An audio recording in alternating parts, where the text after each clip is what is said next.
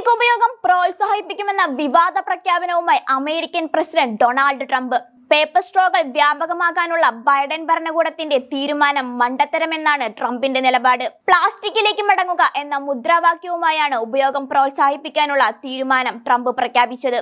2020 തെരഞ്ഞെടുപ്പ് കാലം മുതൽ തന്നെ പ്രഖ്യാപിച്ച നിലപാടാണ് തന്റെ രണ്ടാം ഊഴത്തിൽ ട്രംപ് നടപ്പാക്കാൻ ഒരുങ്ങുന്നത്. പ്ലാസ്റ്റിക് ഉപയോഗം മൂലമുള്ള മലിനീകരണം തടയാൻ ലോകമെമ്പാടുമുള്ള ശ്രമങ്ങൾ നടക്കവെയാണ് പ്ലാസ്റ്റിക്കിലേക്ക് മടങ്ങുക എന്ന ട്രംപിന്റെ ആഹ്വാനം.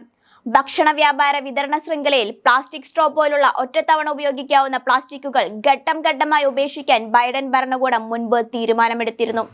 ഇത് റദ്ദാക്കിക്കൊണ്ട് അടുത്തയാഴ്ച പുതിയ എക്സിക്യൂട്ടീവ് ഉത്തരവിറക്കുമെന്നാണ് ട്രംപിന്റെ പ്രഖ്യാപനം. പേപ്പർ സ്ട്രോകൾ പ്രോത്സാഹിപ്പിക്കാനുള്ള ബൈഡന്റെ തീരുമാനം മണ്ടത്തരമെന്നാണ് എക്സിൽ ട്രംപിന്റെ കുറ്റപ്പെടുത്തൽ. 2020 തെരഞ്ഞെടുപ്പ് പ്രചരണ പരിപാടിയിൽ ട്രംപിന്റെ പ്രചരണ സംഘം ബ്രാൻഡഡ് പ്ലാസ്റ്റിക് സ്ട്രോ വിതരണം ചെയ്തിരുന്നു. അധികാരമേറ്റതിന് തൊട്ടടുത്ത ദിവസം ആഗോളതാപനം നിയന്ത്രിക്കാൻ ലക്ഷ്യമിടുന്ന പാരീസ് ഉടമ്പടിയിൽ നിന്ന് അമേരിക്ക പിന്മാറിയിരുന്നു. ഇതിന് പിന്നാലെയാണ് പുതിയ നീക്കം. പ്രഖ്യാപനത്തിനെതിരെ വിവിധ പരിസ്ഥിതി സംഘടനകൾ രംഗത്തെത്തി. പതിവ് പോലെ പ്ലാസ്റ്റിക് ഉപയോഗത്തിന്റെ കാര്യത്തിലും ട്രംപിനെ അനുകൂലിക്കുകയാണ് ഇലോൺ മസ്ക്.